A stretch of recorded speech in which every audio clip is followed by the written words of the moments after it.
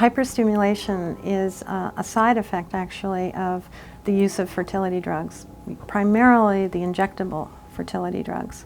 And it causes the ovary to increase in size abnormally, and also causes the body to retain extra fluid in the abdomen, which may cause discomfort for the woman. There is the danger that the ovary could turn on itself, or that the woman may have real respiratory problems because of this accumulating fluid. And so, in that case, her fluid intake would be restricted and she might be put on bed rest and monitored carefully. Well, there can be signs that someone is heading towards hyperstimulation, and they can sometimes do something called coasting, where they really pull back on the medicines or stop it for a few days and wait until the body resumes a more natural response. But a lot of times hyperstimulation happens after the medications have been given, and it's just a matter of waiting it out, or bed rest, or sometimes IV fluids and so forth. Egg retrieval during IVF does require usually some type of sedation or anesthesia, so there is potentially some risk in that procedure itself, the anesthesia piece, and a very small risk of bleeding or infection, but it's very minimal. Well, an ectopic pregnancy is also called a tubal pregnancy, and it's a situation where the embryo actually gets stuck in the fallopian tube. It's interesting to think about conception, because it really happens in the fallopian tube. I think a lot of us think it happens in the uterus, but it doesn't. So the egg and sperm meet in the fallopian tube and then should be moved down to the uterus within 3 or 4 days. With an ectopic pregnancy, it gets stuck in there. And so the woman is pregnant, and her blood tests show she's pregnant, and she may feel morning sickness and whatnot, but then gradually her blood tests will become abnormal. She may or may not have symptoms. And the concerning thing is women still today die of ectopic pregnancies. So it's really important that women who have questions about their pregnancy or any symptoms in their pregnancy feel that they can call their doctor and quote unquote complain. I think a lot of times infertility patients feel like they've bugged their nurse or their doctor so much, and that, oh well, that's okay, I have a little pain, but I'm not going to bother them.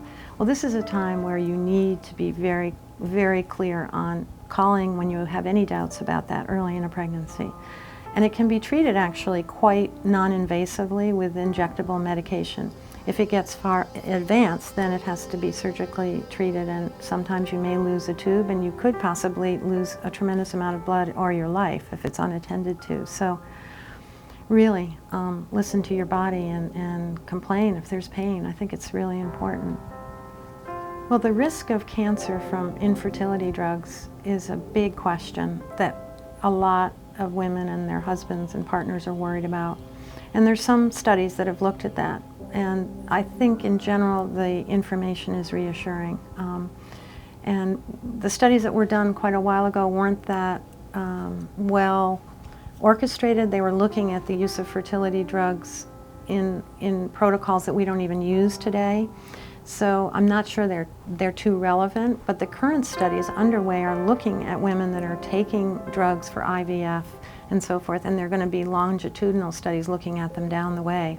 And preliminary findings have not shown any significant increase in breast or ovarian cancer, but I think the take-home message is that there is an increased risk of cancer in women who have infertility, who have never conceived, irregardless of whether they took fertility drugs.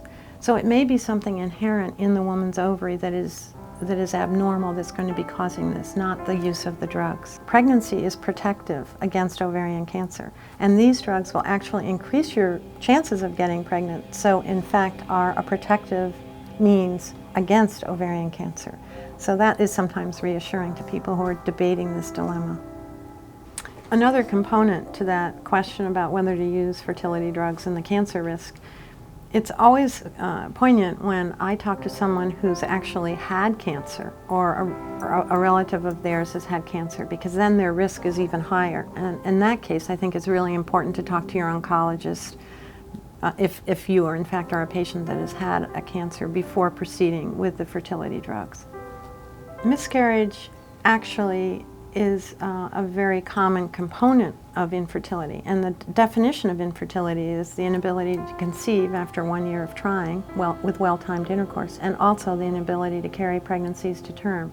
So it's very important that the public begin to understand that places that specialize in infertility, or places like Resolve, are good sources for information about miscarriage, because it's part of the infertility umbrella.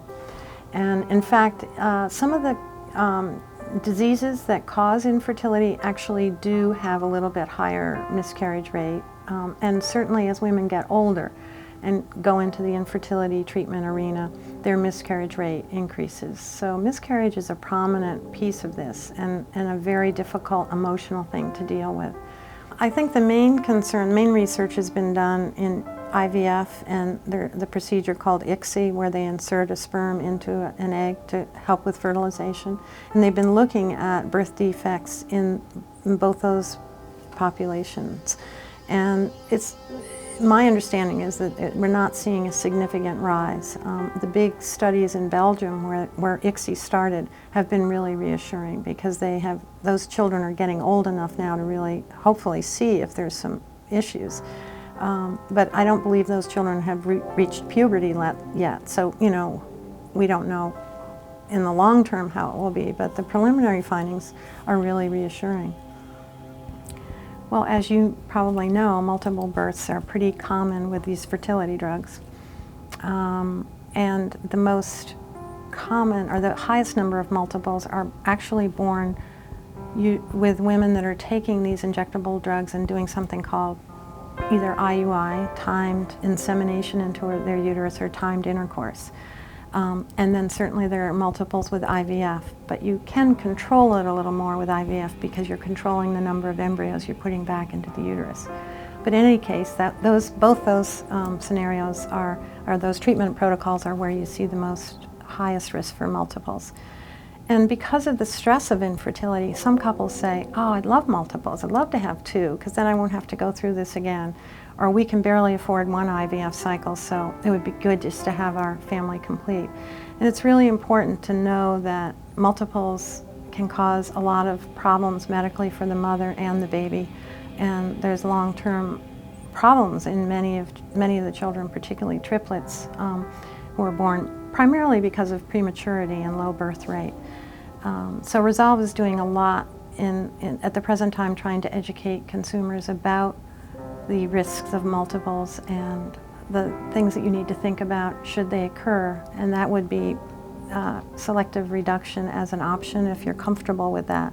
Well, selective reduction is a medical procedure that's used to reduce a multiple pregnancy to fewer fetuses, and it's usually done very early in the pregnancy, and usually not done unless there are 3 or more fetuses in the uterus, and the physician is concerned about the welfare of the babies or the mother.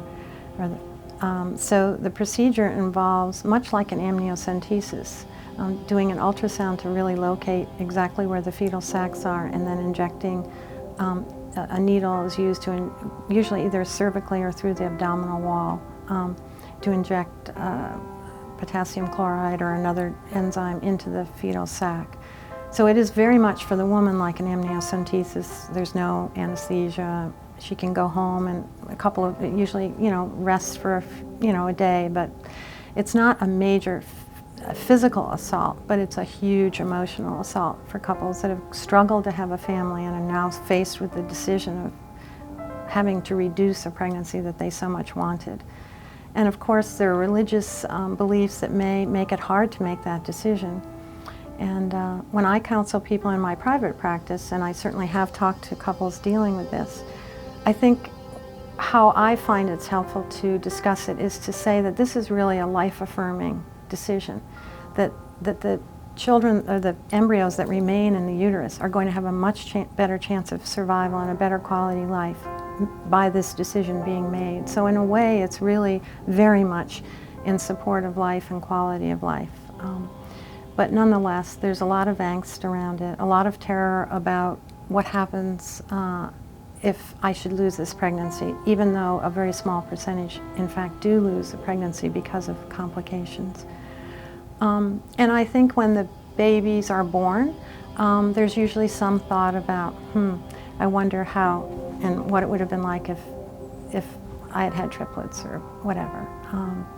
But in general, studies have shown that women that have had reductions when they're interviewed years down the road do not have regret about the decision. They will certainly acknowledge how hard it was and what grief they felt at that time, but they don't have regret or remorse, which I think is a really important component. Infertility is a life crisis, and it has all kinds of effects on individuals and couples. I mean, it's an assault physically.